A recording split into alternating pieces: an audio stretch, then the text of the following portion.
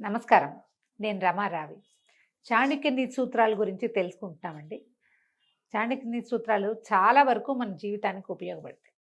మనకు సాధారణంగా మన జీవితాల మీద కొన్ని ప్రశ్నలుంటాయి. ఎప్పుడూ సుఖ సంతోషాలతో ఉండాలంటే ఏం చేయాలి? చాణక్యుడిది ఒక ప్రత్యేకమైన స్టైల్‌లో ఇవి చెప్తారు. ఇదొకటే ఇప్పుడు ఇవాళ నేను చెప్తున్నదే కాదు. ఇలాంటివి 4, 5 విషయాలున్నాయి. జీవితం సుఖంగా వెళ్ళాలంటే ఒక వ్యక్తి అసలు ఏది పాటించాలి? ఎలాంటివి పాటిస్తే సుఖంగా, హాయిగా ఉంటాడు? ఇందులో ఈయన మొట్టమొదట చెప్పిన పాయింట్ అండి భలే ఇంట్రెస్టింగ్ పాయింట్. అబద్ధాలు చెప్పొద్దు. అబద్ధం చెప్పడం గనక మొదలుపెడితే దాన్ని కవర్ చేయడానికి ఇంకోటి, దాన్ని కవర్ చేయడానికి ఇంకోటి ఏమిటేమిటో చెప్తాం.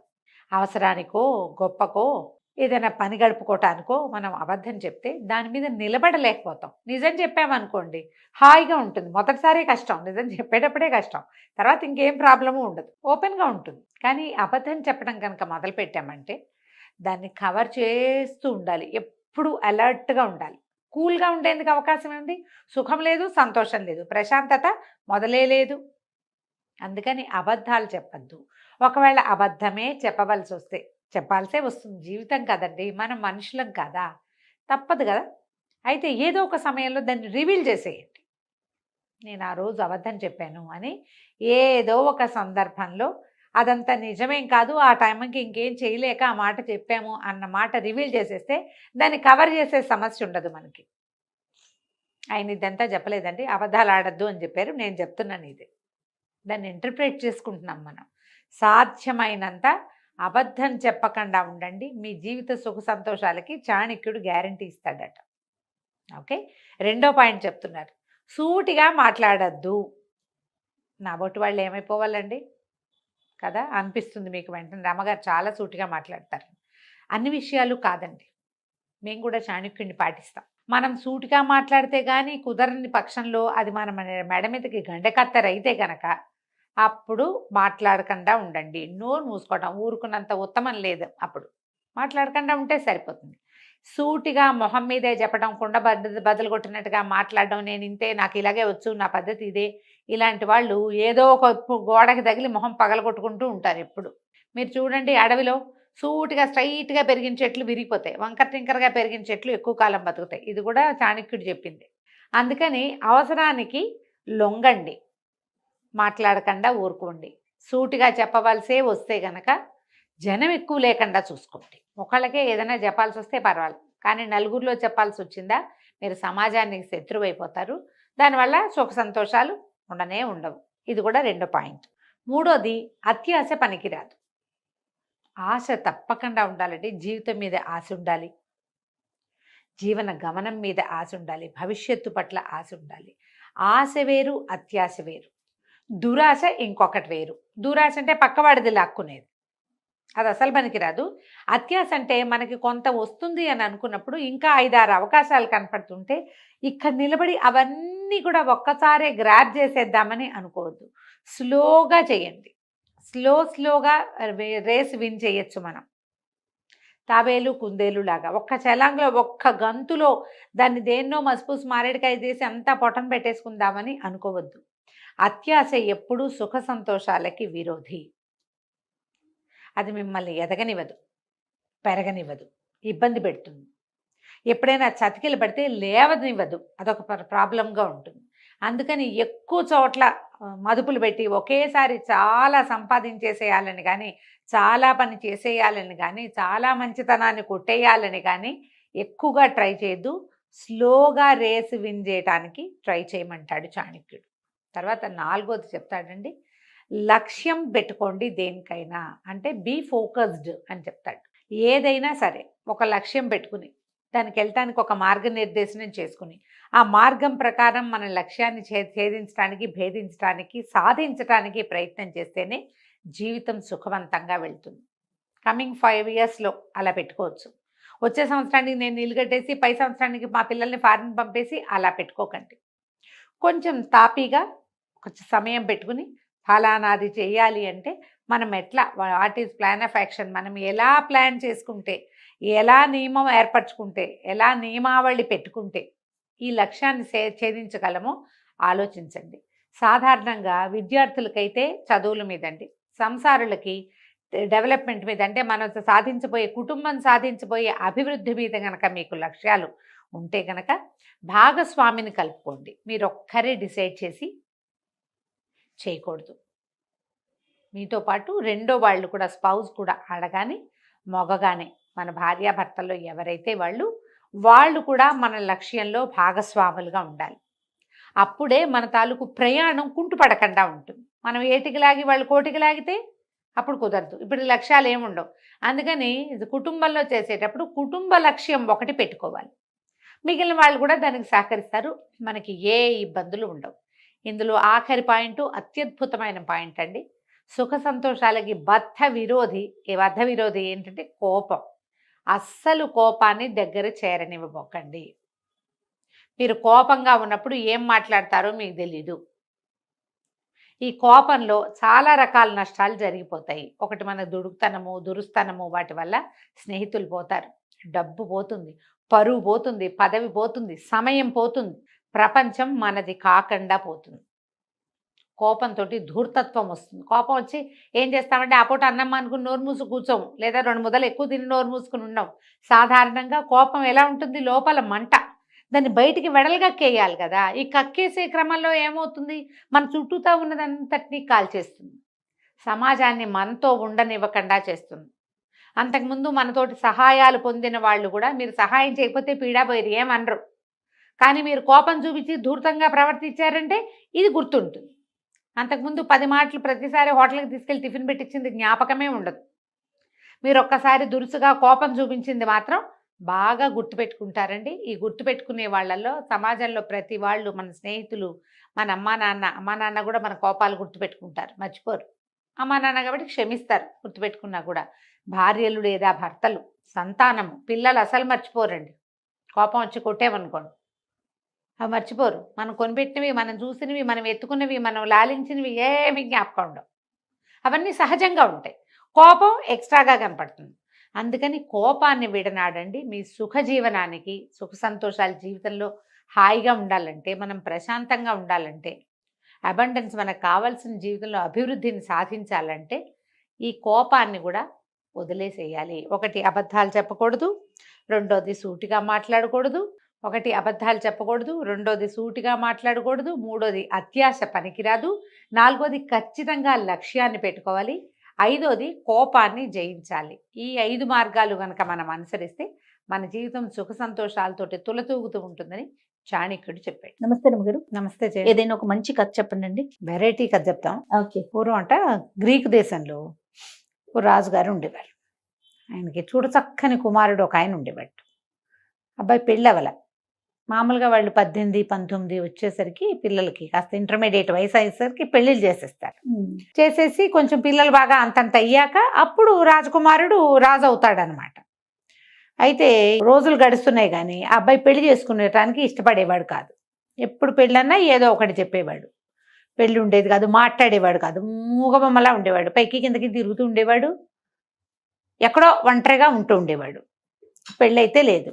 చూసిన వాళ్ళంతా అబ్బాయి ఎంత చక్కటి వాడు, వయసు అంతా పోతుంది అనుకునేవాళ్ళు. ఆ ఊళ్ళలో ఏంటంటే లేటుగా పుట్టిన సంతానం ఆరోగ్యంగా ఉండరని ఒక నమ్మకం. ఈ అబ్బాయి పెద్దవాడైపోతుంటే వాడి సంతానానికి మరి లేట్ ఏజ్ అయిపోతారు కదా.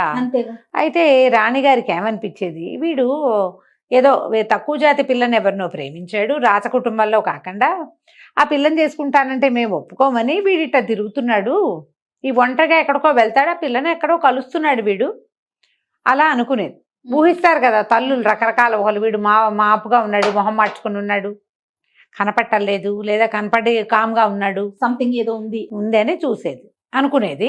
అయితే ఏమైంది, ఒకనాడు ఆవిడ మేడ మీద నిలబడి అలా చూస్తుంటే ఈ రాజుగారి బిల్డింగు పెద్ద కోటల్లాగా అలాగేం లేవు. రాజుగారిది ఒక పెద్ద ఇల్లు, కిందకి పైకి చాలా ఫ్లోర్లు ఉన్నాయి. ఎదురుగుండా రోడ్డుకి అవతల ఒక కాపులో ఇల్లు ఉంది. కాపులంటే ఈ మన పొలాలు అవి కాపలా కాసేవాళ్ళు. అతనికి 3 కూతుళ్ళు ఉన్నారు, పిల్లలు బాగున్నారు.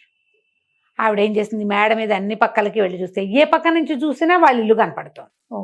ఓహో, ఇక్కడ 3 ఆడపిల్లలు ఉన్నారు, మనవాడు వయసుకు వచ్చి చాన్నాళ్ళు అయింది, చూసి ఎవరితో ఈ పిల్లల్లోనే ఒక పిల్లని ప్రేమించుంటాడు, ఇదే కదా మరి రోజు కనపడే ఇల్లు. అందుకని ఏం చేసింది, వాళ్ళ ఇంటికి పోయి ఆ పెద్దమ్మాయిన పిల్లల్ని పిలిచింది, ఇవాళ ఒకళ్ళ మా ఇంటికి రండి, యువరాజు కనుక మీతో ఏదైనా మాట్లాడితే మిమ్మల్ని యువరాజుకి ఇచ్చి పెళ్లి చేస్తాను అని చెప్పింది. సరే వాళ్ళలో వాళ్ళు ఆలోచించుకున్నారు. ముందు రోజు ఒకరోజు సాయంత్రం పెద్ద పిల్లని తీసుకొచ్చారు. పెద్ద అమ్మాయి వచ్చింది. పోయి యువరాజు గారి గదిలో ఒక పెద్ద గది, ఒక హాల్ లాంటిది. ఓ పక్కన మంచం కొంచెం అన్నీ ఉన్నాయి, ఓ పక్కన రాసుకునే టేబుల్, యువరాజు గారి పెంపుడు చిలకలు మైనాలు అవి ఉన్నాయి. తర్వాత లైట్లు దీపాలు అవి వెలిగించున్నాయి. అప్పట్లో కరెంట్ లేదుగా, పెద్ద పెద్ద కొవ్వొత్తులు ఏవో వెలిగించున్నాయి. ఈ పిల్ల పోయి అక్కడ ఉన్న ఒక సోఫాలో కూర్చుంది. బాగా చీకటి పడ్డాక యువరాజు గారు లోపలికి వచ్చాడు. ఈ పిల్ల శుభ సాయంత్రం యువరాజా అంది. ఆయన చూడకుండా పోయాడు. అలా వెళ్ళిపోయి ఆ బల్ల దగ్గర కూర్చుని ఏమిటో రాసుకుంటున్నాడు. ఈ పిల్ల చూసింది ఎంతసేపు చూసినా ఆ యువరాజు తలకాయ తిప్పి చూడ్డే కూర్చుని సోఫా మీద పడుకొని నిద్రపోయింది. ఆయన దారిని ఆయన పోయి పడుకున్నాడు. ఇక్కడ ఒక మనిషి ఉందన్న జ్ఞప్తి కూడా ఆయనకి లేదు, ఆ ధ్యాసే లేదు. తెల్లవారేసరికల్లా రాణిగారు వచ్చింది. ఏమైంది అమ్మాయి అని అడిగింది. నాతో మాట్లాడలేదండి, నేను శుభ సాయంత్రం చెప్పాను, ఏమి మాట్లాడలే, ఆయన నా కేసు కూడా చూడలేదు. సరే అయితే ఈ పిల్ల కాదనమాట అని ఈవిడేం చేసింది, రెండో పిల్లని తీసుకొచ్చింది. రెండో పిల్ల కూడా సోఫాలో కూర్చుంది, యథావిధిగా పలకరించింది. మరి రాజుగారు కనబడితే జయం జయం యువరాజా ఏదో అంటారు అట, ఏదో అంది. ఏమన్నా ఆయన వినిపించుకోవాలి, రాసుకుంటున్నాడు, ఏదో బొమ్మ వేసుకుంటున్నాడు. చూసి చీకటి పడ్డాక పిల్లలకి ఏ పిల్లకైనా నిద్ర రాక ఏమవుతుంది, నిద్రపోయింది. మూడో పిల్ల మంచి చురుకు, చెకుముకి, మామూలుది కాదు అది. సరే రాణిగారు రమ్మనేసరికి లోపలికి వచ్చి ఏమండి ఈ బట్టలతోటి యువరాజుని కలిస్తే ఏమైనా బాగుంటుందంటారా, ఇది మరి పాత బట్టలు కదండి నావి అంది. అనగానే రాణి అనుకుంటామో ఇది మంచి చురుగ్గా ఉంది అని చెప్పి ఏం చేసింది ఆవిడ, చక్కటి రవ్వలు పొదిగిన మంచి ముఖమాల బట్టల్ని కట్టబెట్టింది పిల్లకి. పిల్ల తళుక్కుమంటుంది అందులో. ఆవిడ శుభ్రంగా అది మొహం కడుక్కుని ఆవిడ ఇచ్చిన ఒకటో రెండో నగలు పెట్టుకుని డ్రెస్ వేసుకుంటే ఆవిడంది, అబ్బబ్బలే అందగత్తివే నువ్వు, మీ అక్కయ్యల కంటే నువ్వు బాగున్నావు, నువ్వే నా కాబోయే కోడలువో ఏమిటోను, చక్కగా కూర్చో, పలకరించు, మీ అక్కయ్య వాళ్ళగా పడుకుని నిద్రపోబోక అని చెప్పేసరికల్లా సరే పిల్ల వెళ్ళి సోఫాలో కూర్చో. యువరాజు గారు వచ్చాడు. ఆయన దారిని ఆయన కూర్చొని రాసుకుంటున్నాడు. జయం యువరాజా అంది, మాట్లేదు. మూడోసారి కూడా ఆయన అట్టగే ఉన్నాడు. అలా చూసి యువరాజు పక్కన బల్ల మీద ఆ పంజరంలోంచి ఒక మైనా లేచి వచ్చి కూర్చుంది. ముక్కుని ఇలా రెక్కల్లో పెట్టుకుని కూర్చున్నది. మైనా నువ్వైనా మాట్లాడతావా నాతో అంది. ఆ మైనా అంటే దాన్ని పిలిస్తే దానికి ఏం వినపడుతుంది, అది అటకి కూర్చుంది. సరే రెండో పక్కన ఒక పెద్ద క్యాండిల్ వెలిగించింది. ఈ పిల్ల, ఓ కొవ్వొత్తి నాతో మాట్లాడతావా, కాసేపు నువ్వైనా కబుర్లు చెప్దు, ఈ గదిలో ఇంతసేపటి నుంచి కూర్చుంటే ఒక్కళ్ళు మాట్లాడటలేదు, మైనా మాట్లాడదు, నువ్వైనా మాట్లాడు అని ఆ కొవ్వొత్తితో ఇట్లా కబుర్లు చెప్పటం మొదలుపెట్టింది. ఈ అబ్బాయి రాసుకుంటున్నాడు కదా రాజకుమారుడు, కొవ్వొత్తి నీకేం కావాలి, కాసేపు నోరు మూసుకో అన్నాడు. అనేసరికి ఊరుకుంది అమ్మడు, అక్కడే పడుకుని నిద్రపోయింది. తెల్లారే రాణిగారు వచ్చింది. ఏమే అమ్మాయి ఏమన్నాడు యువరాజు అంటే, చక్కగా ఇక్కడ కూర్చున్నారండి, బోళ్ళు కబుర్లు చెప్పుకున్నాం మేమిద్దరం, నా చేయించుకున్నారు, మీ ఇల్లు ఎక్కడా ఏమిటి అని అడిగారు, ఏమైనా తిన్నావా అన్నారు, నా కుశలం కనుక్కున్నారు, నాకు ఎంతమంది అక్కజల్లిలో కనుక్కున్నారు అనగానే రాణిగారికి ఎంత సంతోషం వచ్చిందో. అన్ని మాటలు మాట్లాడేటే మా అబ్బాయి అంది. అబ్బో ఎంత బాగా మాట్లాడాడు అంటే, ఆ మైనాని అడగండి కావాలంటే. ఆ మైనా తలకాయ ఎత్తి చూసింది, అది ఎందుకో చూసింది. అప్పుడు రాణిగారు అంది, సరే అయితే ఇవాళ కూడా ఉండు నువ్వు ఇక్కడే అని చెప్పి. సరే ఏమైంది, అది మళ్ళీ రాణిగారు ఆ పిల్లకి చక్కగా తినడానికి అవి ఇవి పెట్టించింది. ఇంకో జత మంచి బట్టలు ఇప్పించింది. చక్కటి బట్టలు కట్టుకుని కిటికీ దగ్గర కూర్చుంది.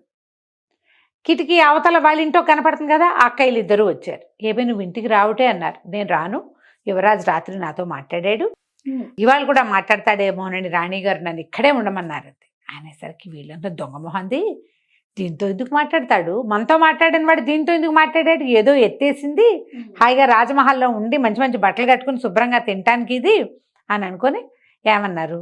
మరేమో మేము ఒక వ్యాపారస్తుడి దగ్గరికి వెళ్ళాం పొద్దున్నే, వాళ్ళు ఒక మంచి ముత్యాల పేరు అమ్మకానికి వచ్చింది, ఎంత బాగుందో యువరాజు నడి కొనుక్కోవే అన్నారు. అనేసరికల్లా సరే ముత్యాల పేరు తెచ్చి చూపించండి నాకంతే. సాయంకాలం ఏం చేసింది, మళ్ళీ సోఫాలో కూర్చుంది పోయి. రాత్రి చీకటి పడేసరికి పగలల్లా యువరాజు కనపడలా. అతను మళ్ళీ వచ్చాడు. వచ్చేసరికల్లా ఈ పిల్ల కూర్చుని కొవ్వొత్తి చక్కటి ముత్యాల పేరు అమ్మకానికి వచ్చింది, మా అక్కయ్యలు కొందామంటున్నారు, కొనుక్కోమంటావా వద్దంటావా అని కొవ్వొత్తిని అడుగుతుంది. ఇది రాజకుమారుడు అన్నాడు, కొవ్వొత్తి నీకు కావాలంటే కొనుక్కో, అన్నాడు. అనేసరికల్లా ఈ పిల్లంది కొవ్వొత్తి కొవ్వొత్తి కొనుక్కోవాలంటే డబ్బులు ఉండద్దు అంటే రాజుగారు రాజకుమారుడు అన్నాడు, కొవ్వొత్తి అలమార్లో కాసులు ఉన్నాయి, ఎన్ని కావాలంటే అన్ని తీసుకో, కావాలంటే కాసులు ముత్యాల పేరు కొనుక్కో, లేకపోతే కాసుల పేరు కొనుక్కో అనగానే పిల్ల ఏం చేసింది, చక్కగా అలమార తీసి అందులోంచి డబ్బులు తీసుకుంది. మర్నాడు అక్కయ్యలకి ఇచ్చింది, ఇగో కాసులు ఇచ్చాడు రాజకుమారుడు ముత్యాల పేరు కొనుక్కోమని. ఆశ్చర్యపోయారు, అమ్మా ఎట్లా వచ్చినాయి దీని దగ్గర డబ్బులు. సరే అయినా సరే వాళ్ళకి నమ్మకం లేదు, చెల్లెలు టక్కరిది, వాళ్ళకి తెలుసుగా, అక్క చెల్లికి తెలీదు ఇదేదో మాయ చేస్తుంది.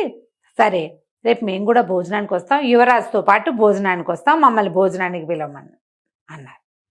అనేసరికి సరేనంతే రాణిగారికి చెప్పింది. ముత్యాల పేరు కొనుక్కోవడానికి డబ్బులు ఇచ్చాడని రాణిగారికి చెప్పేసరికల్లా ఇంకేముంది, రాణిగారి ఈ పిల్లనే వీడికి నచ్చింది, కాపల పిల్లని ఆగాడు ఇన్నాళ్ళును, సరేలే ఇక్కడే ఉంచితే మెల్లిగా పెళ్లికి దిగుతాడు అని చెప్పి పిల్లని ఇంట్లోనే ఉంచుకుంది. మా అక్కయ్యని భోజనానికి పిలుస్తానంటే ఆవిడ పిలవమంది. యువరాజే పిలవమన్నాడని ఈ పిల్ల చెప్పింది వాళ్ళకి. పిలవమన్నాక సాయంకాలం చీకటి పడింది. యువరాజు పగలల్లా కనపడ్డు కదా, ఇక చీకటి కూడా పడలా, ఇంకా ముందే వచ్చారు భోజనానికి. వాళ్ళు వచ్చేసరికల్లా ఏమైంది, భోజనానికి పైకి వచ్చేసరికి వాళ్ళందరినీ భోజనశాలలో కూర్చోబెట్టింది. ఒక పనివాడికి ఈ కాసులు తీసుకుంది కానీ అక్కడి నుంచి ₹1 కాసు తీసుకుని వాడికి డబ్బులు ఇచ్చి, యువరాజు నన్ను కిందకి రమ్మంటున్నారని చెప్పాలి నువ్వని వాడికి చెప్పింది. అక్క చెల్లి పెద్దక్కయ్యలు ఇద్దరు భోజనానికి కూర్చున్నారు. ఇది మా సాయంకాలం 3:30-4 గంటల వేళ. వాళ్ళ పద్ధతులు అవి. ఆడ కూర్చుంటే ఈ పనివాడు వచ్చి, చిన్నమ్మాయి గారు మిమ్మల్ని యువరాజు గారు కిందకి రమ్మంటున్నారండి అని చెప్పాడు. చెప్పేసరికల్లా మీరు ఇక్కడే ఉండండి, మీరు తింటూ ఉండండి, యువరాజు ఏదో ఒక వేళకు వస్తాడు, ఆయన ఎందుకో రమ్మన్నాడు నన్నని రాణి గారికి కూడా ఆ మాటే చెప్పి దిగేసింది. తెలివి. దిగిన తర్వాత ఏం చేస్తుంది, ఆయన రమ్మల్లా గిమ్మల్లా ఈ మెట్లు దిగుతూ ఉంటే, మెట్లు దిగి కింద ఫ్లోర్కి వస్తుంటే ఆ అమ్మాయికి కను చీకటిగా ఉన్న మెట్ల వరసలో ఇంకో మెట్లు కిందకు ఉన్నట్టు కనపడింది. అప్పటిదాకా ఆ కింద మెట్లు అన్న అమ్మాయి చూడలే. కొంచెంసేపు ఇక్కడ టైం పాస్ చేయాలి, తను అక్కడే ఉన్నట్టు తెలియకూడదు, అందుకని ఆ మెట్లు దిగింది. ఆ మెట్లు కూడా దిగితే ఆ మెట్లు ఇంకో కిందకి దారి తీస్తున్నాయి. ఇంకా కిందకి వెళ్ళేసరికల్లా 3 ఫ్లోర్లు దిగేసింది కిందకి, లోపల ఉన్నాయి అవి. దిగేసరికల్లా అక్కడ దిగుతూ ఉంటే తనకి వెలుతురు తక్కువగా ఒక్క కొవ్వొత్తే ఉన్నట్టు, సముద్రపు ఘోష లాంటిది ఏదో వినపడుతున్నట్టు తెలిసింది. ఏమిటో ఉంది కింద చూద్దామని, తెంపరిది కదా పిల్ల, అందుకే ఇంత పని చేసింది. దిగి వెళ్ళేసరికల్లా కిందంతా పల్లేరుంది. ఈ పల్లేరు అంటే ఏమిటి, సముద్రాల్లోనూ అక్కడ సముద్ర తీరాల్లో పాకేటువంటి ఒక రకమైన ముళ్ళ పొదలు అవి. నేలంతా పల్లేరే ఉంది. అక్కడికే సముద్రపు అలలు ఏవో వస్తున్నాయి, చిన్న శబ్దం వినపడుతోంది. కిందకి వెళ్ళి చూస్తుంది కదా, బాగా దగ్గరికి వెళ్ళి చూస్తే ఎవరో పడుకున్నట్టు కనపడింది. దగ్గరికి వెళ్తే ఆ పల్లేరు మీద యువరాజు పడుకుని ఉన్నాడు. ఆ పక్కన ఒక అందగత్తె అయిన ఒక అమ్మాయి పడుకుంది. కానీ ఆ అమ్మాయి మనుషుల్లాగా లేదు, ఒక సముద్రపు స్త్రీలాగా ఉంది. దాని అంటే వాళ్ళ ఒక చిత్రమైన మనుషులు చెప్పుకుంటారు కథల్లో, వాళ్ళకి తెలుసు. కానీ ఆ పిల్ల ఎప్పుడు వాళ్ళని చూడలా, కథల్లో చెప్పుకోవడమే తెలుసు. మనం చెప్పుకుంటాం కదా సాగర్ కన్యలు, అలాంటి ఒక అమ్మాయి ఉంది. వీళ్ళిద్దరి మధ్యలో చంటి పిల్లాడు ఉన్నాడు. ఆ పిల్లాడు పల్లేరు మీదే పడుకుని ఉన్నాడు. వాడిని ఎత్తి కూడా ఇట్ట పల్లేరు పట్టుకుని ఉంది. యువరాజు తలకి పల్లేరుంది, ఆ పడుకున్న అమ్మాయి తలకి పల్లేరుంది. చూసేసరికల్లా అనిపించింది, ఓహో ఈ యువరాజు ఇంతకాలము పెళ్లి చేసుకోవడానికి అసలు కారణం ఇదెవరో ఉంది ఇక్కడ. అందుకే పగలల్లా కనపడ్డు, చీకటి పడితే గాని పైకి రాడు. అతను ఎక్కడుంటాడో ఎవ్వరికీ తెలీదు, ఎవరితోటి మాట్లాడు, మూగబొమ్మలాగా ఉంటాడు. సరే ఏం చేసింది, శబ్దం కాకుండా మెట్లెక్కి పరిగెత్తుకుంటూ పైకి వెళ్ళిపోయి మీరు అన్నం తినండి అని అక్కయ్యలకు చెప్పి రాణి గారికి చెప్పితే, యువరాజు గారు ఎవరికో జాతకర్మ చేయించాలనుకుంటున్నారు, పేరు పెట్టిస్తారట, 3 జతల పట్టుబట్టలు, ఓ ముఖమల్ దిండు, ఓ వెండి దువ్వెన ఇవ్వమన్నారు అని చెప్పేసరికల్లా రాణిగారు ఏం చేసింది, భోజనాల దగ్గర నుంచి లేచి వీళ్ళ అక్కలిద్దరిని అన్నాలు తినండమ్మా, మీరు తినండి అని ఎంకరేజ్ చేసి ఆవిడ అవతలకి వెళ్ళి ఇవన్నీ వస్తువులు తెచ్చిచ్చింది. ఈ అక్కయ్యలు మాత్రం దొంగ మొహంది, యువరాజు ఎలా గుర్రాడు, ఇదే ఎవడికో డబ్బులు ఇచ్చి ఏర్పాటు చేసింది, ఇక్కడ ఏదో నాటకం ఆడుతోంది, దీన్ని నమ్మకూడదు అనుకున్నారు వాళ్ళు. వాళ్ళకి తెలుసు దీని సంగతి. పిల్ల ఏం చేసింది, ఆ వస్తువులన్నీ పుచ్చుకొని పరిగెత్తుకుంటూ మళ్ళీ కిందకి వెళ్ళిపోయింది. వెళ్ళిపోయి ఆ పిల్లాడిని అలాగా ఎత్తి పల్లేరు మీద పడుకుని ఉన్నాడు పిల్లవాడు. ఆ ముఖమలు దిండు పెట్టి దాని మీద ఆ పిల్లని పడుకోబెట్టింది. పెట్టి ఆ వెండి దువ్వెన తెచ్చిందిగా, వాడి నెత్తంతా దువ్వేసి ఆ పల్లీరకాయలన్నీ పోగొట్టేసింది. తలకాయ నున్నగా దువ్వింది మనుషుల్లాగా. పల్లేరులు ఎవరికి ఉంటాయి? ఆ సముద్రంలో పెరిగే గడ్డి సముద్రంలో ఉండే వాళ్ళకు ఉంటుంది. పిల్లాన్ని నున్నగా చేసేసింది. తర్వాత బాగా ఆలోచించి అలాగా యువరాజు తలకాయ అంతా దువ్వేసింది నీట్గా. మళ్ళీ ఆ అమ్మాయికి వేసి చూస్తుంటే వాళ్ళు మంచి గాఢమైన ఇద్దరున్నారు, కదలటల్లా. ఆవిడ నెత్తి దగ్గర కూర్చుని ఆవిడ తల కూడా దువ్వేసి మొత్తం పల్లేరు అంతా దులిపేసింది. ఏమీ పల్లేరు లేదు నెత్తి మీద. ఈ పిల్లాడి మీదేమో ఒక చిన్న వస్త్రం చక్కగా మడత పెట్టి కప్పి, ఈ పట్టుబట్టలు తెచ్చిందిగా 3 జతలు, యువరాజు మీద ఓ జత, ఇంకో జత ఏమో ఆ అమ్మాయి మీద కప్పేసి చల్లగా పైకి వెళ్ళిపోయింది. దువ్వెన పట్టుకెళ్ళిపోయింది, వెండి దువ్వెన.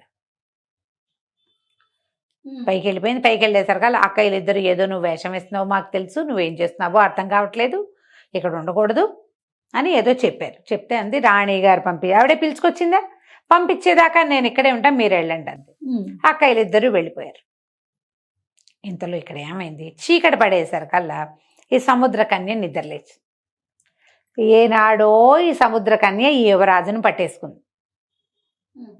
అతను ఇక్కడే ఉంటాడు, ఎవ్వరికీ చెప్పకూడదు, అది రహస్యం. ఎప్పుడైతే లేచిందో తల తడుకునేసరికల్లా తలంతా పల్లేరుకాయలు లేవు.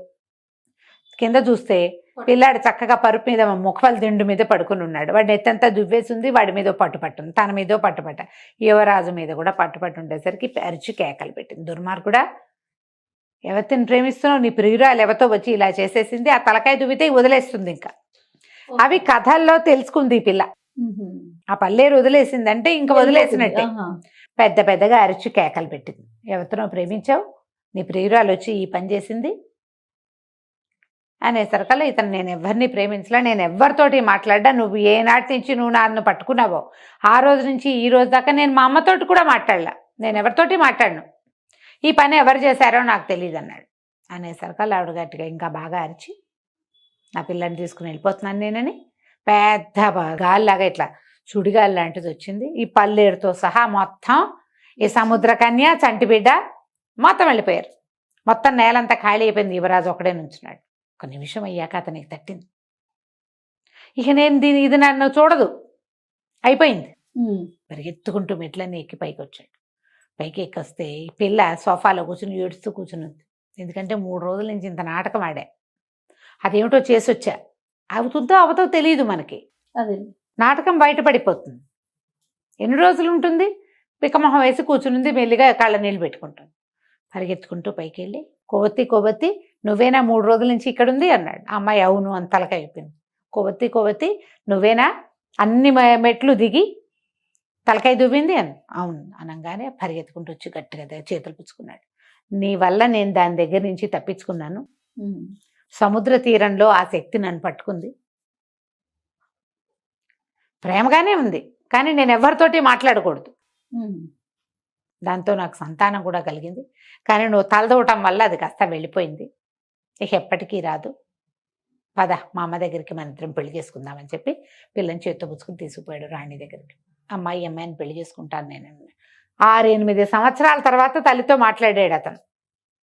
ఆవిడ తెగ సంతోషించి, నాకు తెలుసు ఈ పిల్ల చాలా తెలివిగలది, నేను ఎప్పుడో లైన్లో పెట్టిందని నేను అనుకున్నానంటే ఎప్పుడో పెట్టలే అది. రాణికి ఇదంతా ఏమర్థం అవుతుంది, ఈ విషయం వాళ్ళు ఎప్పటికీ చెప్పాలి. ఆ అమ్మాయికి చెప్పాడు, ఈ విషయం మాత్రం నువ్వెవ్వరికీ చెప్పద్దు, ఇది పరమరహస్యం, మాట్లాడకుండా ఉండిపోమంటే కామ్గా ఊరుకుంది. ఆ అమ్మాయికి రాణి అవటం కంటే ఏం కావాలి, చక్కగా పెళ్లి చేసుకున్నారు. తర్వాత బోళ్ళంత మంది పిల్లల్ని కన్నారు. ఎప్పుడు సముద్ర తీరాలకి ఒంటరిగా వెళ్ళకూడదట ఆ కాలంలో. ఈ రాజకుమారుడు ఒంటరిగా వెళ్ళి ఆ సముద్ర దేవతకి దొరికేశాడనమాట, ఆ జలదేవతకి. అంతే కదా, కథ కంచికి మనం ఏంటి. నిజంగా విచిత్రమైన కథ రమ్మగారు. నమస్తే. నమస్తే రమ్మగారు. నమస్తే చేయండి రమ్మగారు. ఇటు 7 తరాలకి అటు 7 తరాలు కూర్చొని తిన్నా సరే తరగనంత ఆస్తులు సంపాదించాలి, చాలా మందికి ఈ ఆలోచన ఉంటుంది, అవునా కదండి? కదా, కొంతమంది నానా కష్టాలు పడి కాస్త ఎంజాయ్ చేస్తూ కొంత సేవ్ చేస్తారు, మన తర్వాత తరాలు కూడా తినాలని. కొంతమంది ఈ ఎంజాయ్మెంట్ కూడా ఉండదండి, ఏముండదు. మనం ఒక్కరు ఈ జనరేషన్ మనం కష్టపడితే తర్వాత వచ్చి ఒక 7-8 తరాలు హ్యాపీగా చక్కగా అనుభవిస్తారనే ఆలోచనలో కొంతమంది ఉంటారు.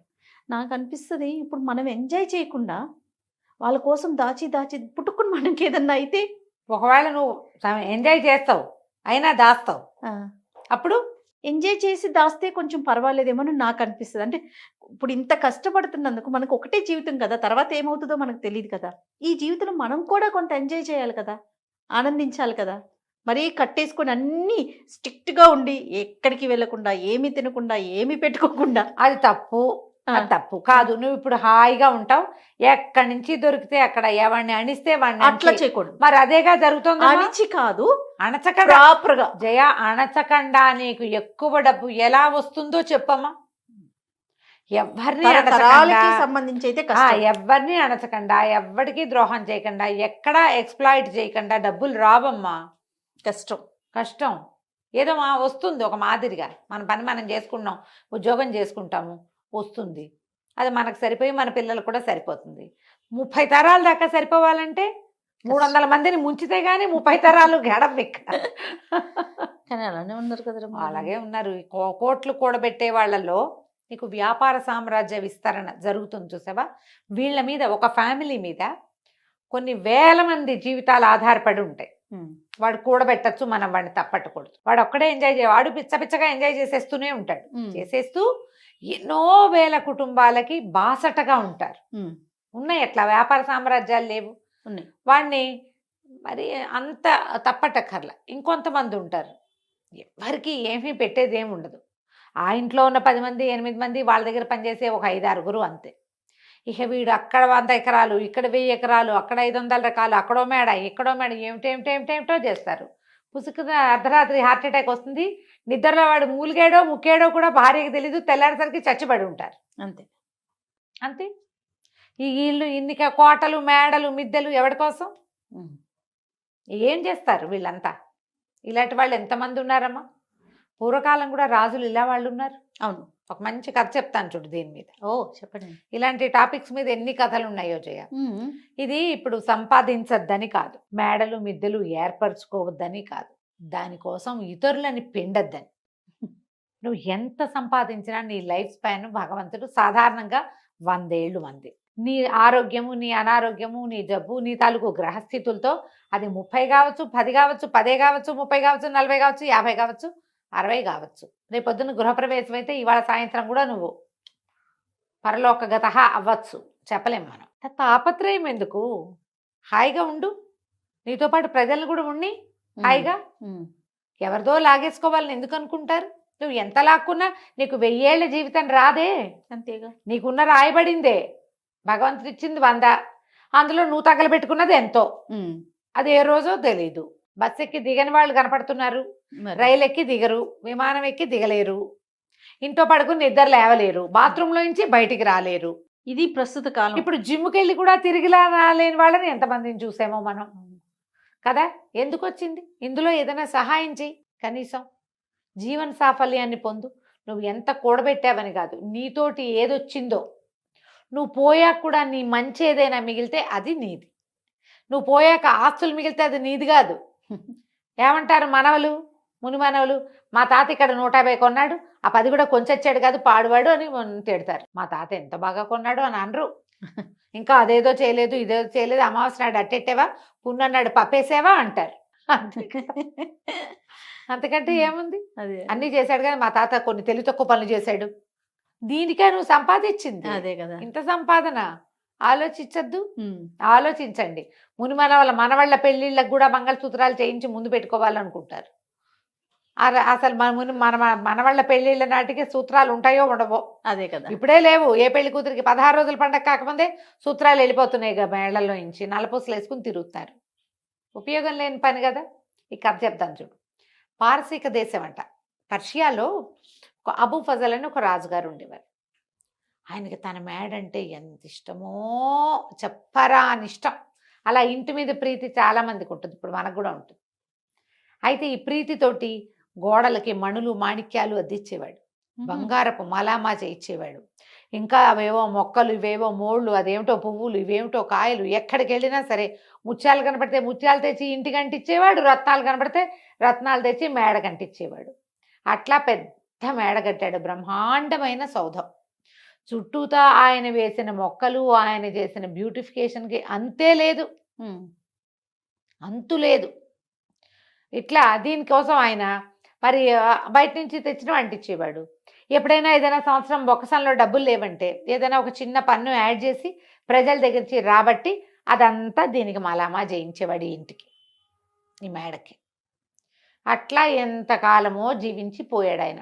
80 ఏళ్ళుండి పోయాడు. అబూ ఫజల్ గారి కొడుకు అబూ షేక్ ఆయన రాజయ్యాడు. ఉమ్, పోయే ముందు వాళ్ళ నాన్న అబూ ఫజల్ గారు షేక్కి చెప్పారట, ఒరే షేక్ బాబు, ఇది మన ఇల్లు అంటే పంచప్రాణాలు రా నాకు, దీన్ని ఎంత సౌందర్యవంతంగా తీర్చిదిద్దాను, ఇంటిని భద్రంగా చూసుకో, కుదిరితే మరింత అందంగా తీర్చిదిద్దు అని చెప్పాడు. నాన్న చేతిలో పెట్టాడని షేక్ గారు కూడా యథాశక్తి ఇంటికి బ్యూటిఫికేషన్ చేయించారు. ఆయన తన 56వ ఏట పరంపదించారు. ఉమ్, తాతగారు వేసిన పన్నులు ఉన్నాయి, తండ్రి గారు అబూ షేక్ గారు వేసిన పన్నులు నడుస్తూనే ఉన్నాయి. వీళ్ళు ఈ 55వ ఏట పరంపదించిన ఆయనకి ఒక కుమారుడు ఉన్నాడు. ఈయన పేరు రహీం. ఓకే. అయితే ఈయన అబ్బో ఆయనకి ఎంత సౌందర్యారాధకుడో ఆ కుర్రాడు. ఉమ్, వాడికి ఒక 30 ఏళ్ళు ఉంటాయి. ఉమ్, అయితే ఇక ఆ అబ్బాయి అన్ని పన్నులు అయిపోయినాయి. ఏం పన్ను వెయ్యాలి ప్రజల మీద? ముత్యాలు, రత్నాలు, వజ్రాలు అన్నీ అయిపోయినాయి. ఇప్పుడు చెట్లకి ఏమైనా సౌందర్యవంతంగా చేయాలనుకున్నాడు. మనకు మొక్కలకి ఇట్లా లైట్లు పెట్టి కనపడుతుంటాయి ఆ, అక్కడక్కడ, ఆ, వాటి కూడా బ్యూటిఫికేషన్.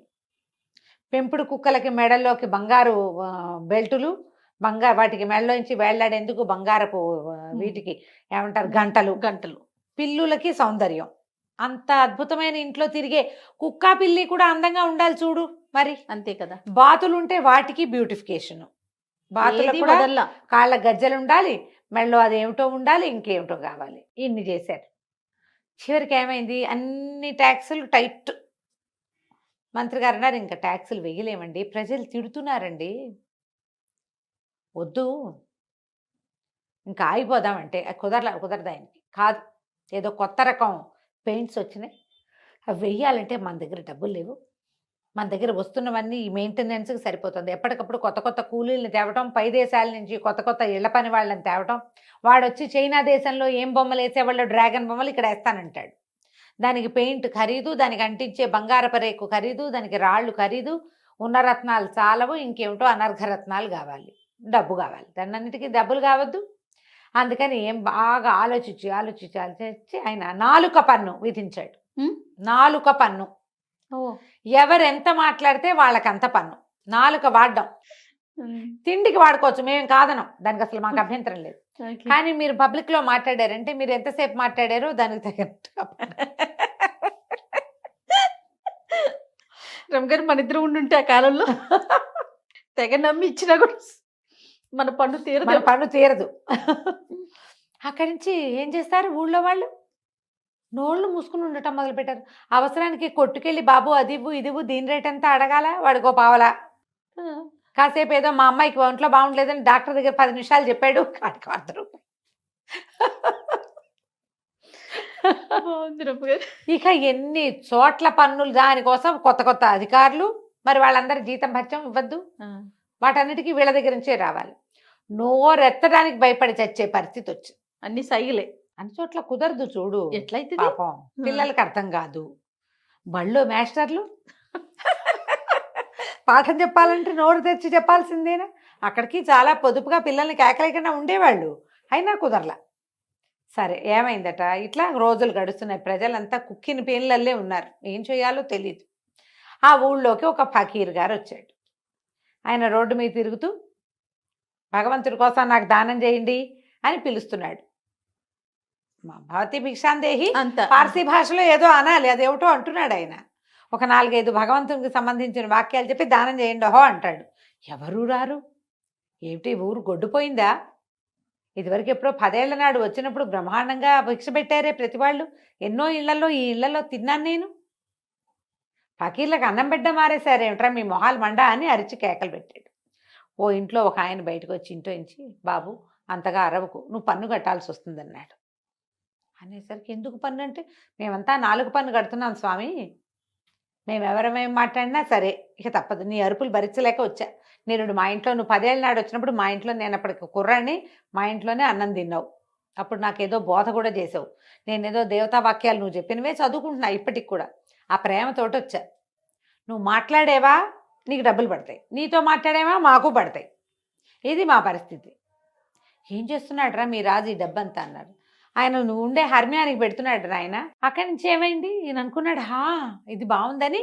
సరే నాకు ఇప్పుడేం అన్నవద్దు, ఏమైనా జామకాయ ఏదైనా ఇవ్వమంటే ఆయన వాడు 2 ఫలాలు ఇచ్చాడు ఆ ఇంటి ఆయన. ఈ ఫకీర్ గారు 2 నోట్లో వేసుకుని సరాసరి రాజభవనానికి వెళ్ళాడు. రాజభవనం దాకా వెళ్ళేసరికల్లా మరి ఫకీర్లు స్వతంత్రులు కదా, గేట్లోంచి లోపలికి వెళ్ళబోయాడు. వాళ్ళు ఏదో అడ్డం పడ్డారు. ఇంకాస్త కళ్ళూరు పోయాడు. ఏంటి ఫకీర్లకు ప్రవేశం లేదా ఇందులో అనగానే తప్పుకున్నారు. ఈయన లోపలికి వెళ్ళాడు. అదే తన ఇల్లే అన్నంత స్వతంత్రంగా లోపలంతా నడిచి తిరిగాడు. ఎక్కడో వంటశాల వాసనలు వస్తున్నాయి, అక్కడికి వెళ్ళాడు. వెళ్ళి అక్కడ పేట వేసుకుని కూర్చుని పెట్టు అంటే శుభ్రంగా అన్నం పెట్టారు. అయినమంతా అంత జోరుగా వచ్చి అడిగితే రాజుగారికి ప్రీతిపాత్రుడై ఉంటాడు అనుకున్నారు వాళ్ళు. లోపల నుంచి మొదట గేటు దగ్గర ఆపారు, కానీ తర్వాత వాళ్ళు ఎవ్వరూ ఆయన ఆపల. జోరుగా వచ్చేసాడు లోపలికి. మనం తక్కుతూ తారుతూ వెళ్తే అవతల వాళ్ళు అనుమాన పడతారు. మా ఇల్లే అన్నట్టుగా వెళ్ళిపోతే ఎవరేమంటారు. చక్కగా వంటశాలలో పక్కన పేటేసి కూర్చుని శుభ్రంగా ఆ రోజు రాజుగారి కోసం వండిన వంట అది భోజనం చేసాడు. విస్తట్లో వడ్డిచ్చేసుకుని. వాళ్ళ భాషలో ఏదో అంటారు, తెలుగులో కాబట్టి నేను విస్తరని చెప్తున్నా.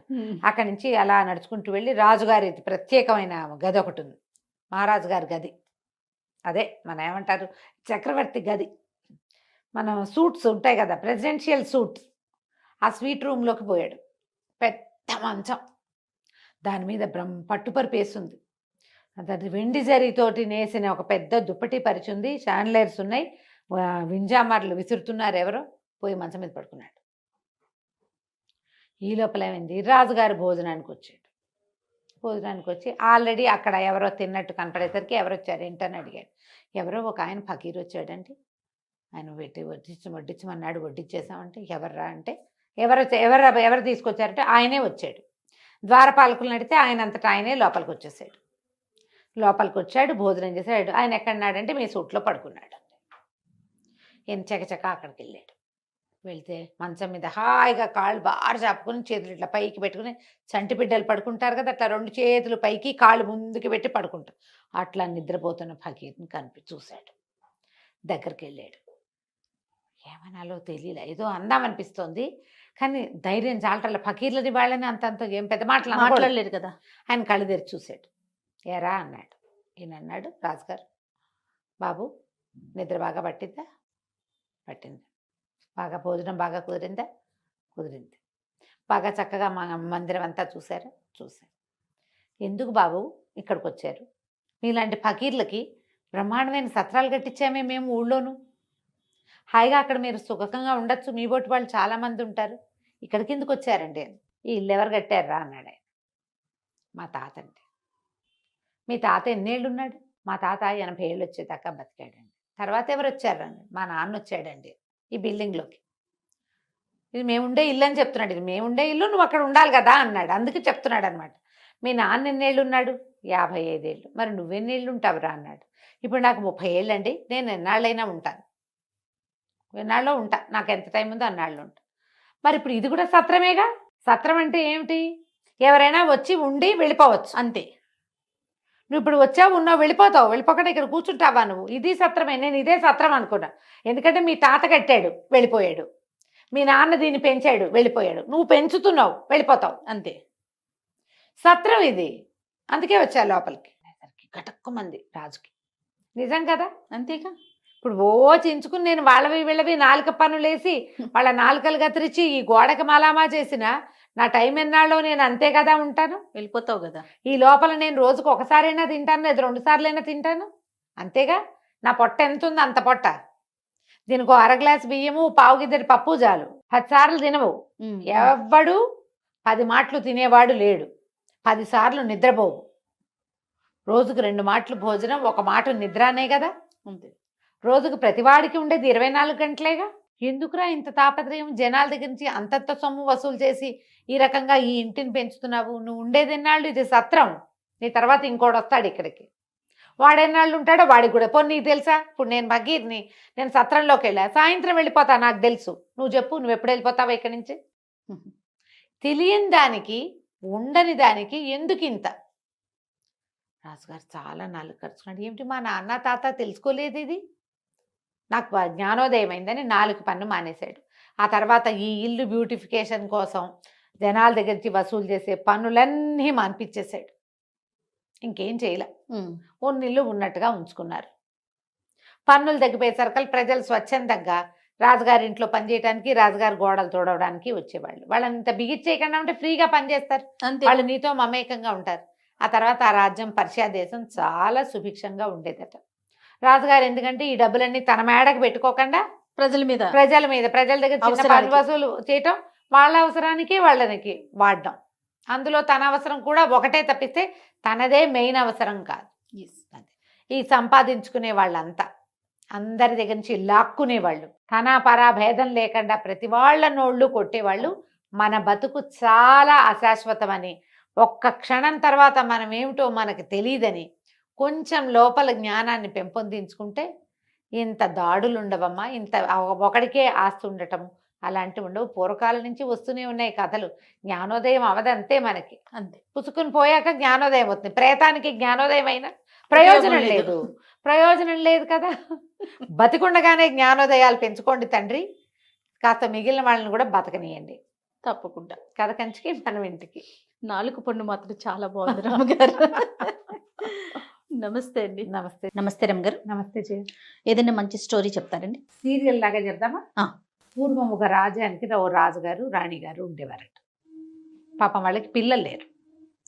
ముద్దుగా ఒక ఆడ గుర్ర పిల్లని పెంచుకున్నారు. దానికి పిల్లలు పుట్ల. అక్కడి నుంచి ఒక కుక్కని పెంచారు. కుక్కకి పిల్లలు పుట్ల. ఆడ కుక్క అంటే ఓ సంవత్సరంన్నర తిరిగేసరికల్లా అది అటు ఇటు తిరిగి పిల్లల్ని కనేస్తుంది. అది తిరిగేది కానీ దానికి పిల్లలు పుట్టేవి కాదు. కుక్కకి పిల్లలు పుట్ల, గుర్రానికి పిల్లలు పుట్ల, రాజుగారికి రాణిగారికి కూడా పిల్లలు లేరు. ఆ కాలం ఏంటంటే రాజ కుటుంబమే రాజులుగా ఉండాలి. ఆయనకి కజిన్స్ కూడా లేరు. ముందు ఫస్ట్ కజిన్స్ అందరికీ ఎవరి రాజ్యాలు వాళ్ళకు ఉన్నాయి.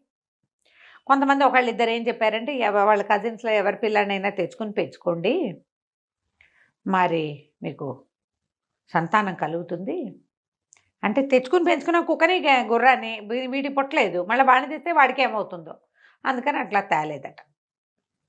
సరే ఏం చేశారు, కొంచెం రోజులు గడుస్తూ ఉన్నాయి. గడుస్తుంటే బాగా ఆలోచించి రాజుగారు పెద్ద చాటింపేశారు. మాకు, మా గుర్రానికి, మా కుక్కకి పిల్లలు పుట్టించేలాగా ఎవరైనా ఏదైనా మాయమో మంత్రమో యజ్ఞమో హోమమో తపమో మహత్తర మూలికలు ఏమైనా ఇచ్చేటట్టయితే వాళ్ళు కోరింది ఇస్తాము. వాళ్ళతో పాటు గుర్రానికి కుక్కకి కూడా. మరి వాటికి కూడా సంతాన సాఫల్యం లేకపోతే ఒక జీవి వృధా కదా జయ. ఓకే. ఆడ జీవితం వృధా కదా, వాటికి సంతానం ఉండాలి. సరే ఆ వారా వీరా వచ్చారు, మందన్నారు, మంత్రం అన్నారు, మాకన్నారు, ఏమీ కాలేదు. ఇలా కొంతకాలం గడిచిన తర్వాత ఒకరోజు ఒక సన్యాసి వచ్చాడు. సన్యాసి వస్తే ఆ సన్యాసి రాజుగారి దగ్గరికి, అంతకుముందు వచ్చిన వాళ్ళందరూ ఏవో అవి ఇవి చేయించారు, ఏమీ ఫలించలేదు. వీళ్ళకి ఒక విసుగు పుట్టింది. రాజుగారిని సంతోషపెట్టాడు తన మాటలతో.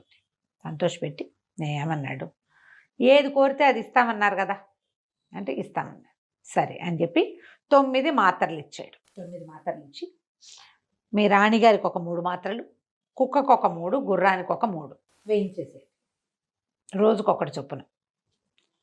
3 నెలలు తిరిగేసరికి రాణిగారికి ఒక కొడుకు, గుర్రానికి ఒక పిల్ల, కుక్కకు ఒక పిల్ల పుడతాయి. ఆ రెండింటికి ఆడపిల్లలు, ఇవికి మగపిల్ల. ఏదో ఒక పిల్ల. పిల్ల అంటే ఆడపిల్ల కదా? కాదు. ఓకే. పిల్ల అంటే గుర్ర పిల్లని, ఆడపిల్ల మగపిల్ల ఏదో ఒక పిల్ల, కుమారుడు కలుగుతాడు. నెల తిరిగాక మళ్ళీ రాణిగారికి ఒక కొడుకు, కుక్కకు ఒక పిల్ల, గుర్రానికి ఒక పిల్ల పుడతాయి. విని వాళ్ళు విచిత్రంగా చూస్తున్నారు, ఏమిటి ఏం చెప్తున్నాడు ఈయనని. నీకు కూడా క్వశ్చన్ మార్కు. 3వ నెలలో మళ్ళీ రాణిగారికి ఒక కుమారుడు, గుర్రానికి ఒక పిల్ల, కుక్కకో పిల్ల పుడతాయి. నెల ఒక గ్యాప్తో, ఒక 1 నెల గ్యాప్తో నీకు 3 కుమారులు, గుర్రానికి 3 పిల్లలు, కుక్కకి 3 పిల్లలు పుడతాయి. నేను ఎప్పుడు వచ్చినా ఓ పిల్లని, ఓ గుర్ర పిల్లని, ఒక్కొక్క పిల్లని నాకు ఇచ్చేయాలి, అంతే. ఒక్కసారి వస్తాడా? ఎప్పుడు వచ్చినా ఇచ్చేస్తానే ఉండాలా? ఎప్పుడో వస్తా, నేను వచ్చినప్పుడు ఎప్పుడో వచ్చేస్తాడా? నేను ఎప్పుడు వస్తే అప్పుడు ఒక పిల్లాడిని ఇవ్వాలి నాకు. పిల్లాడితో పాటు ఒక కుక్క, ఒక గుర్రం కూడా. రైట్. నా వల్ల కలిగిన సంతానం, నేను ఇచ్చిన మందు వల్ల. ఇది ఒక మంత్రం అని, మాయని వీళ్ళని నమ్మించాడు. వినే జనమంతా 3వ నెలలో కుక్కకో గుర్రానికో పిల్లలు పుడితే ఓకే. రాణిగారికి 3 నెలలకే పిల్లాడు ఎట్ట పుడతాడు? గర్భం 9 నెలలు కదా. ఈయనేదో మాయ మంత్రం వేస్తాడు. 6వ నెల వచ్చేసరికి మాత్ర వేసుకున్న 6వ నెలకి 3 కుమారులు ఉంటారు రాణిగారి దగ్గర. ఎలాగైనా సంతానం కావాలి, ఈ రాజ్యానికి వారసులు కావాలి. ఆలోచించుకున్నారు. ఈ పని చెయ్యాలో వద్దో తెలియలే. పైగా పిల్లాడిని పుట్టాడు, బాగానే ఉంది, ఇచ్చేయడం ఎట్టా? ఓ 2 పూటలు గింజుకున్నారు. అక్కడి నుంచి మంత్రి గారు వాళ్ళు వీళ్ళు అన్నారు, అసలు ఇది జరుగుతుందండి, ఏమిటో వింతగా చెప్తున్నాడు, ఇది బహువింత. కుక్కకి 3 నెలలు 4 నెలల గర్భంతో పుట్టేస్తాయి పిల్లలు, గుర్రాలకు పుట్టమనుకుంటా. గుర్రానికి ఇంకొంచెం టైం కావాలి అనుకుంటున్నాను నేను, నాకు తెలిసినంత మటుకు. మనుషులకి 10 నెలలు కావాలి, మనకు ఎలాగో తెలుసు. ఇది వింత. జరిగితే ఆశ్చర్యం, జరిగింది అనుకో 3 పిల్లలు కదా, మరి ఒక పిల్లాన్ని ఇద్దాం పోని, ఒక పిల్లాన్ని ఇచ్చేద్దాం పోని అని రాజు రాణిని ఒప్పించారు. సరే, సన్యాసి మాట ఒప్పుకొని వీళ్ళు బాగా ఆలోచించుకుని సరే మాత్రలు తీసుకున్నారు. 3 మాత్రలు రాణిగారికి తినిపించేశారు, వేసేసుకున్నారు.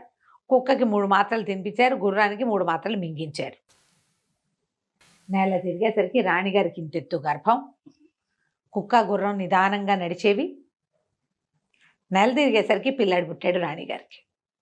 నెల తిరిగేసరికి కాదులే, 3 నెలలు తిరిగేసరికి 3 నెలలు తిరిగేసరికి రాణిగారి చెప్పినట్టు జరిగింది. ఒక కుమారుడు పుట్టగానే దానికో పిల్ల దీనికో పిల్ల పుట్టేసరికి జనం అంతా సంతోషించారు. ఇంకేముంది, నిజం జరిగింది. మాతలు మింగితే ఏమవుతుంది అనుకున్నారు వీళ్ళు, చూద్దాం పిల్లలు పుట్టినప్పటి సంగతి కదా. 3 నెలలు అయింది, పిల్లాడు పుట్టాడు. నెల తిరిగేసరికల్లా రాణిగారు మళ్ళీ ప్రసవించింది ఇంకో కొడుకు. కుక్క ప్రసవించింది, దానికో పిల్ల. గుర్రం ప్రసవించింది, దానికి ఇంకో పిల్ల. ఇంకో నెల తిరిగేసరికల్లా రాణిగారికి 3వ కుమారుడు కలిగాడు. చక్కగా అచ్చుకుద్దినట్టు ఒకేలా ఉన్నారు పిల్లలు. 3 కుక్క పిల్లలు, 3 గుర్ర పిల్లలు, 3 రాజుగారి కొడుకులు, 3. చక్కగా పిల్లల్ని సంతోషంగా పెంచుకున్నారు. ఈ పిల్లలు పుట్టిన సందర్భంలో దేశం అంతా పండగలు చేసుకున్నారు. కుక్క గుర్రం తమ జీవన సాఫల్యం లభించినందుకు ఎంతో సంతోషంగా హాయిగా తిరుగుతూ ఉండేది. సరే, చాలా రోజులు గడిచింది. పిల్లలు కొంచెం పెద్దవాళ్ళు అయ్యారు. ఆ సన్యాసి రాలేదు ఎప్పటికీ. సరే, పెద్దవాళ్ళు అయిపోతున్నారు. ఇప్పుడు ఎక్కడ మర్చిపోయారు వీళ్ళు.